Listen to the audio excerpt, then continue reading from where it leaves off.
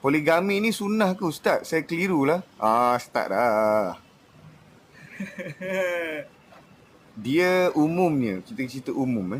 Maksudnya hukum munakahat nikah ni dia bergantung kepada sesuatu orang. Tapi umumnya adalah dibolehkan. Kan? Allah SWT berfirman, "Fankihu ma tabalakum minan nisa masna wa sulasa wa ruba'." Fa in khiftum alla ta'dilu fawahidah. Itu dia.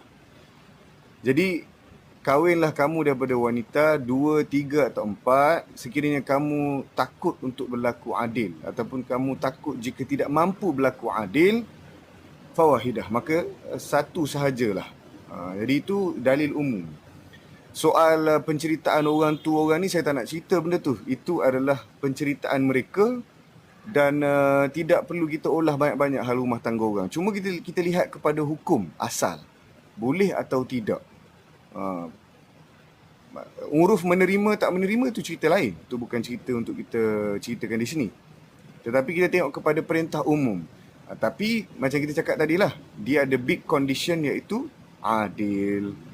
Adil tu ada beberapa perbincangan yang detail yang saya rasa kena diperhalusi dengan baik sebelum kita bertindak ke situlah. Saya rasa saya nak live lah. Silakan. Siapa yang nak live, live. Saya 7. Saya 7 apa? Setuju. Pandai. Susah nak fikir. Boleh kongsikan doa untuk anak soleh. Okey, baik. Doa untuk anak yang soleh. Pertama sekali, doa ni kita boleh baca dalam satu bahagian apabila kita membuat satu perkara selepas kita di ke rumah tangga ataupun kita jumpa anak orang ke ataupun kita ada anak saudara ke, doa yang disunnahkan baca seperti mana Nabi SAW baca kepada Abdullah bin Abbas, iaitu Allahumma faqihu fid din wa 'allimhu ta'wil. Ni yang pertama. Sebab manusia kalau dihebat macam mana pun, ilmu tinggi macam mana pun, sekiranya ilmu itu adalah ilmu keduniaan semata-mata, maksudnya tidak ada manfaat lain selain daripada dunia sahaja, dia tidak menjadi hakikat ilmu ataupun kita tak panggil dia adalah ilmu yang bermanfaat. Kita boleh hanya panggil mungkin maklumat yang diterjemahkan ataupun mungkin sekadar informasi. Tapi kalau seseorang itu dia ada ilmu yang bermanfaat, insya-Allah dia, keluarga dia, orang sekeliling dia. Sebab tu kawan-kawan pun, orang kata kawan-kawan pun ada manfaat ke? Kawan-kawan dengan kawan-kawan yang baik? Ada. Al-Quran menukilkan sedemikian, al-akhilla yawma izin ba'duhum li ba'din aduun illa al-muttaqin. Kawan-kawan semuanya hancur binasa belaka kecuali yang bertakwa. Sebab tu kalau kita ada kawan-kawan seorang, 2 orang, 3 orang, 4 orang, kalau semua jenis hajat buat tak baik je, ni satu perkara yang kita kena risaukan. Tapi kalau kawan-kawan kita adalah kawan-kawan yang soleh, kawan-kawan yang ada akhlak yang baik, maka kita kena bersyukur. Sebab apa? Kawan-kawan akhlak yang baik ini adalah satu keperluan dalam kehidupan kita, sedar tak sedar. Jadi hargai kawan-kawan yang baik. Kalau ada kawan-kawan kita yang ajak kita buat benda baik, sama-sama dengan kita atas perkara yang baik, ini bukan benda yang kosong, bukan benda yang tidak ada manfaat. Ini adalah perkara yang sangat dituntut. Belajar di luar negara dulu, ada sekejap di luar negara saya belajar, tetapi saya pulang akibat beberapa isu lah, antaranya negara mempunyai peperangan pada ketika itu dan saya pilih untuk pulang. Sambung di Universiti Islam Antarabangsa UIA. Habis di situ, sekarang pun masih lagi sambung belajar. Hari-hari pun kena belajar, tuan-tuan dan puan sekalian. Teruskan belajar, tak kira formal atau informal, kerana daripada kita keluar daripada ibu kita sehingga kita meninggal, hari-hari adalah hari yang dituntut untuk menuntut ilmu.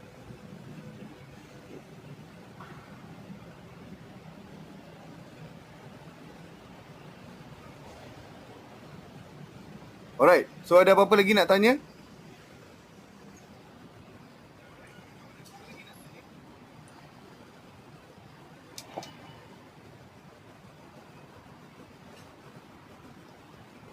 Ada apa-apa lagi nak cerita, boleh cerita, insya-Allah tak ada masalah. Sambil-sambil itu saya baca juga komen di bawah ni untuk kita sama-sama bincangkan.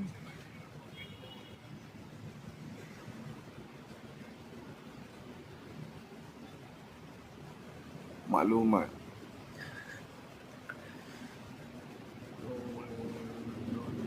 Subhanallah. Alhamdulillah. Subhanallah. InsyaAllah.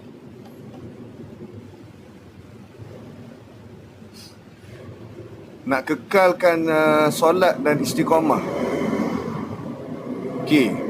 Nak kekal macam ni ni, macam mana nak kekalkan solat dan istiqamah? Baik, solat pertama sekali kena tahu solat ni untuk apa. Solat ni untuk apa? Pertama sekali, macam kita kan, bila kita dah pernah rasa kek yang manis ataupun bila kita dah rasa makan makanan yang menjadi kegemaran kita, kita hari-hari nak buat benda tu. Macam kita look forward untuk buat benda tu. Contoh, kita kata hari ni aku nak makan fish and chips ataupun apa-apa makanan western yang kita suka. Sebab apa? Kita dah tahu dah rasa dia macam mana dan kita look forward, sentiasa fikir untuk rasa itu. Apabila kita dah mengenali satu-satu rasa makanan, kita selalu nak kepada makanan tu. In fact, kalau time kita stres kata, jom makan aiskrim. Aku kalau stres makan aiskrim. Sebab apa? Dia manis dan dia bagi rasa feel yang lain. Jadi kita kena tahu juga apa tujuan kita solat. Kalau kita rasa solat ni hanya sekadar perbuatan yang kita ikut-ikuti, itu adalah salah sama sekali. Dan jika kita rasa solat ni satu perkara yang benda yang hanya dibuat untuk keperluan semata-mata pun tidak menjadi juga. Pertama sekali kita kena tahu apakah definisi solat. Beberapa ulama di India, Al-Fattani antaranya, menyebut solat ni adalah satu perkara yang kita nak keluarkan sifat dalam solat, keluar solat. Contoh dalam solat kita tak mencarut, dalam solat kita tak fikir bukan-bukan, dalam solat kita tak buat perkara yang lara. Jadi kita nak keluarkan apa yang ada dalam solat itu, keluar solat dalam kehidupan kita seharian. Itu nombor satu. Bila kita kena faham dulu tujuan solat. Baik, lepas tu apa lagi ada yang berkait dengan solat ni? Berkait dengan solat ni juga adalah ala bizikrillahi tatma'innul qulub. Hanya dengan mengingati Allah hati akan tenang. Maka satu keadaan yang mana tidak akan ada satu gangguan ataupun tidak ada fokus selain daripada Allah adalah pada ketika kita solat lah. Sebab bila kita angkat takbir, Allahu Akbar, kan? Mana boleh kita nak fikir pasal bisnes kita. Bisnes aku macam mana, semalam siapa menang, hari ni kita nak buat apa, besok nak. Tak boleh. Kita kena fikir Allah, Allah, Allah semata-mata. Sebab tu, solat ni adalah waktu yang Allah SWT ataupun kita kurniakan untuk Allah. Kita khususkan, bukan kita kurniakan, maafkan saya. Kita khususkan hanya untuk Allah SWT. Bacaan dalam solat juga tak ada satu pun yang hanya saja membesarkan Allah SWT. Dan ianya adalah hakikat kepada ketenangan. Kalau orang kata nak tenang, dia kata dia makan aiskrim tenang, tengok movie tenang, buat ni tenang, itu tenang. Tetapi semua itu, sedar tak sedar, ianya bergantung dengan kehebatan ataupun keizinan Allah SWT. Kalau Allah SWT tak izin, buatlah apa pun, takkan pernah terjadi, takkan pernah berlaku. Jadi hakikat kepada ketenangan adalah dalam solat. Dan seterusnya apa lagi? Yang ketiga kita boleh sebut man taraka salah muta'ammidan faqad kafara jiharan. Dan orang yang meninggalkan solat adalah orang yang kafir. Ulama-ulama yang keras, seperti ulama-ulama mutaakhir lain sikit lah, ulama-ulama yang qaul qadim ni menyebut memang akan menjadi kafir orang yang tak solat secara sengaja. Jadi itu juga salah satu perkara yang kita kena takut lah. Kita tak naklah Allah SWT consider kita sebagai orang kafir, kan? Kita nak Allah SWT ambil kita, pilih kita, sayangi kita dan sentiasa meletakkan diri kita ni sebagai dalam kalangan orang-orang Islam. Kalau tak dapat jadi mukmin pun dapatlah jadi abdul muslim yang baik, seorang hamba abdi yang baik pada Allah SWT. Ni yang berapa tadi? Ketiga. Seterusnya juga kita kena tahu as-salatu aimanuddin. Walaupun hadis ni hadis yang lemah, ada beberapa kata hadis yang mungkar, tetapi manfaat daripada hadis ni ada. Dan memang ada hadis lain juga yang menunjukkan aimat kepada agama itu adalah solat. Tiang kepada agama itu adalah solat. So tuan-tuan fikir sendiri, macam mana kalau kita nak buat satu rumah, macam mana kita nak dirikan satu rumah kalau rumah tu sendiri tak ada tiang? Bagaimana kita nak kukuhkan sesuatu bangunan kalau tiang yang di bawah pun tidak ada? Bahkan tak mustahil pun ia akan runtuh pada berbila masa saja, kan? Jadi tu bahagian solat. Dan ada lagi beberapa perkara dalam solat. Inna solata tanha 'anil fahsya'i wal munkar. Jadi kalau ada tuan-tuan yang sedang mencuba untuk jadi baik, sedang mencuba untuk jadi insan yang soleh, maka perbaikilah solat kerana Tuhan menjanjikan dalam solat, kalau dia solat betul-betul, Kalau dia benar-benar mengamati kebaikan solat, dia akan dicegahkan daripada kemungkaran. Itu satu perkara lagi. Jadi itulah sikit sebanyak tentang solat dan juga macam mana nak kukuhkan solat kita. Dan adalah dosa-dosa yang ni ulama' katalah, saya tak pernah tengok lagi dalil dia. Tinggal solat asar seperti berzina dengan ibu sendiri, begini begitu dan sebagainya lah. Jadi ini satu bahagian yang lain. Dan itu satu bahagian yang satu lagi lah yang nak kena kita tengok macam mana dan bagaimana. Tetapi secara umumnya, sekiranya kita nak menunaikan solat, percayalah solat ini adalah satu bentuk ibadat yang tertinggi seseorang itu boleh lakukan kepada Allah SWT. Sebab tu Nabi bagi tahu antara bahagian yang terbaik ataupun yang terdekat manusia dengan hamba dia adalah apabila dia sujud. Kan sebab apa? Bila sujud ni, tuan-tuan dan puan sekalian, sujud ni dia dah satu level lain. Begitu juga dalam satu hadis Nabi SAW, Nabi kata, "Lau kuntu amiran ahadan an tasjuda li ahadin la amartu an tasjuda li zawjiha atau kama qala." Nabi SAW bagi tahu, kalaulah boleh aku suruh satu orang sujud kepada satu orang yang lain, maka aku akan suruh suami, aku akan suruh isteri sujud kepada suami-suami mereka kalau boleh. Tapi hakikatnya tidak boleh. Hadis ni hadis yang kukuh, hadis yang kuat.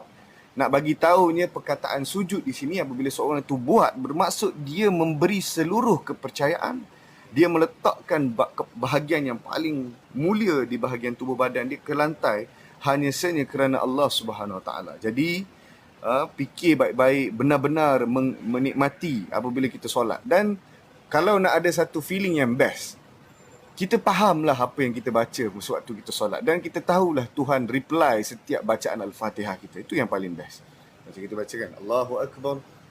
Bila takbir Allahu Akbar tu pun dah kena rasa macam ni akan tenang, ni akan chill. This is the part yang kita akan rasa hakikat ketenangan. So angkat takbir tu dengan positif, senyum dulu sikit, senyum, Allahu Akbar, feel, barulah betul. Ini time ada masalah, time kusut-kusut baru nak ingat Tuhan. Time senang tak saya ingat. Jadi hari-hari yang tak ada masalah ni, hari-hari yang mungkin kurang masalah, bukan tak ada masalah, kurang masalah, angkat takbir dengan gembira. Sebab tak tahu bila lagi boleh angkat takbir dengan gembira ni kan. Jadi anda semua boleh, ataupun waktu-waktu anda ini adalah sewaktu solat ni waktu yang istimewa untuk anda semua, insya-Allah. Waalaikumsalam. Ustaz, kalau macam kita solat tahan batuk. Batuk ni satu benda yang bukan kita minta tapi dia akan berlaku.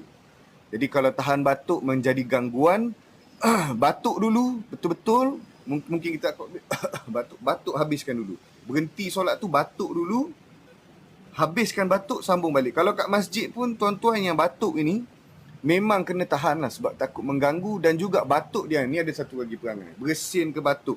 Contoh kita dalam soft kan, jenis batuk ni batuk kat muka kawan dia dia baginya atas muka. Ni tak boleh. Sebab Nabi SAW tak pernah sekali pun batuk buka mulut ni. Bersin pun, kalau bersin memanglah bersin ni satu benda yang baik kan, mengingatkan kita kepada Allah. Tapi takkanlah kita sanggup nak biar air ludah ataupun air hingus kita tu tercampak dekat jemaah depan ataupun jemaah tepi. Maka kita tutup apabila kita bersin. Macam tu kan, ataupun batuk macam ni. Bukan kita luaskan kekuasaan ataupun luaskan kawasan kita untuk batuk tu. Alright? Jadi itulah dia keadaan-keadaan yang kita kena buat sekiranya batuk berlaku dan bersin berlaku. Tutup mulut dan tutup hidung. Jangan ikut suka hati kau je nak buat apa-apa benda yang tak berkait.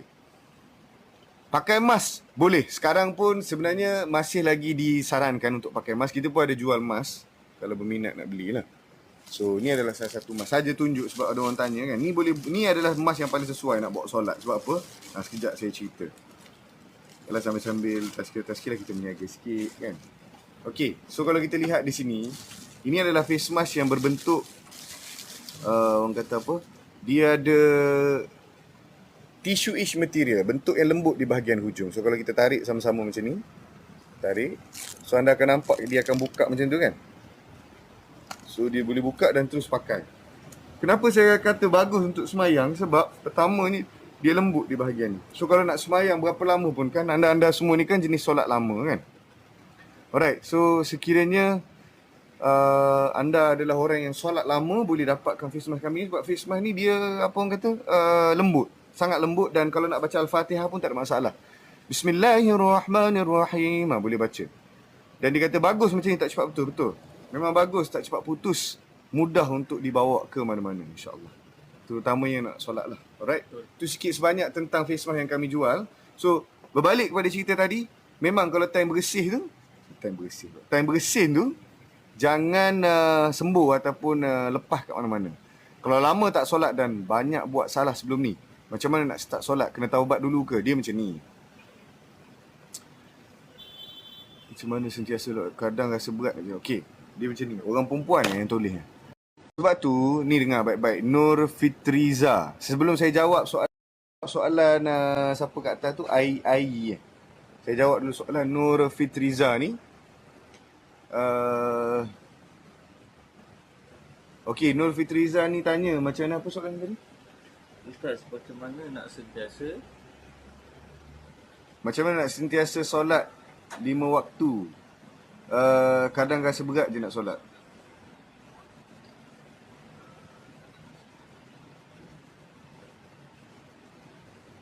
Alright, baik.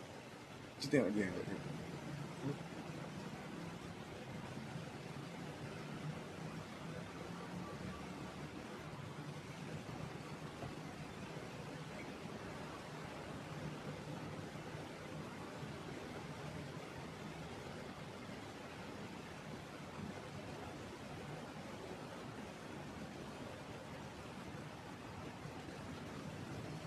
Okey, dia kata macam susah dia rasa berat nak solat 5 waktu. Okey, orang perempuan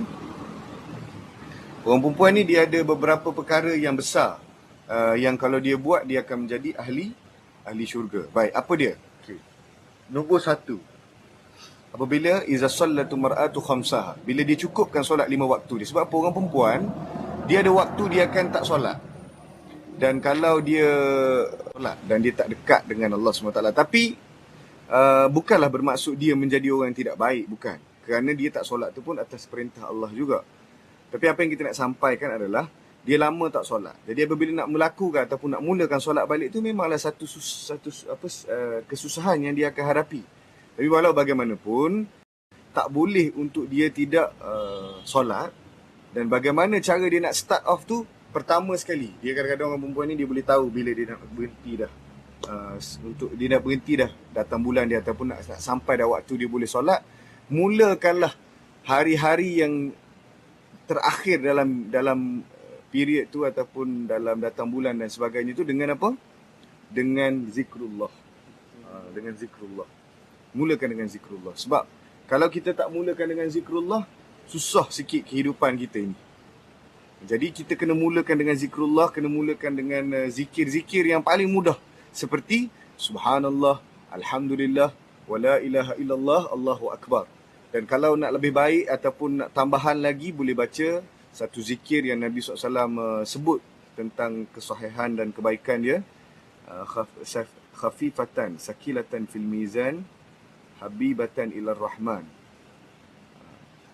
Subhanallah bihamdihi, subhanallahil azim. Ni pun boleh baca. Mudah, ringan di sakilatan fil mizan, berat di timbangan. Habibatan ila rahman, dicintai oleh Allah. Perkataan ini, subhanallah bihamdihi, subhanallahil azim. Maha suci Allah, segala puji baginya. Maha suci Allah, segala keagungan kepadanya. Kan? Sakilatan, apa dah? Sakilatan, bukan sakilatan fil lisan, ringan di lidah kan. Ada hadis di sambungan itu saya lupa, tapi apa yang first tu? Ingat. Jadi pertama sekali yang dicintai Allah, perkataan ni yang sangat dicintai oleh Allah SWT. Habibatan ila rahman. 2 perkataan. Sakilatan fil mizan, hamdihi subhanallahil azim. Jadi boleh baca subhanallah bihamdihi subhanallahil azim ni beberapa waktu yang ada baca, kerana ini adalah yang sangat dicintai dan disukai oleh Allah Subhanahu Wa Taala. Jadi itulah dia sikit sebanyak untuk hari inilah. Betulkah poligami ni sunnah? Secara umumnya betul. Bolehkah saya nak jumpa Farid Hamid Ghani? Boleh je nak jumpa. Tak masalah. Nak jumpa boleh jumpa. Apa benda tu Tak ni saya request kot. Kalau ni jadi Oh. Dia kau nak masuk jadi guest kena request. Nanti dia akan jadi gabung. Kamu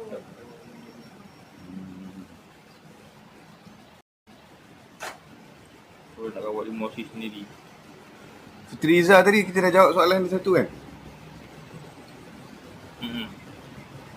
Okey, emosi ni banyak daripada syaitan berbanding diri kita. Tu cerita dia. Sebab tu dalam hadis tu bagi tahu innal jannata huffat lil makarih wa innan nar huffat li syahwat. Sesungguhnya syurga itu dihiasi dengan perkara-perkara yang syahwat tak berkenan, tetapi neraka itu dihiasi dengan apa yang syahwat berkenan.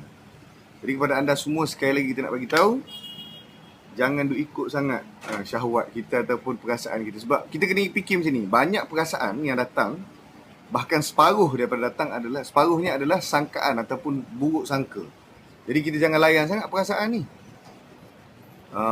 Kalau duk layan perasaan tu yang tak boleh nak kontrol emosi dan sebagainya. Okey, dia tanya apa ni?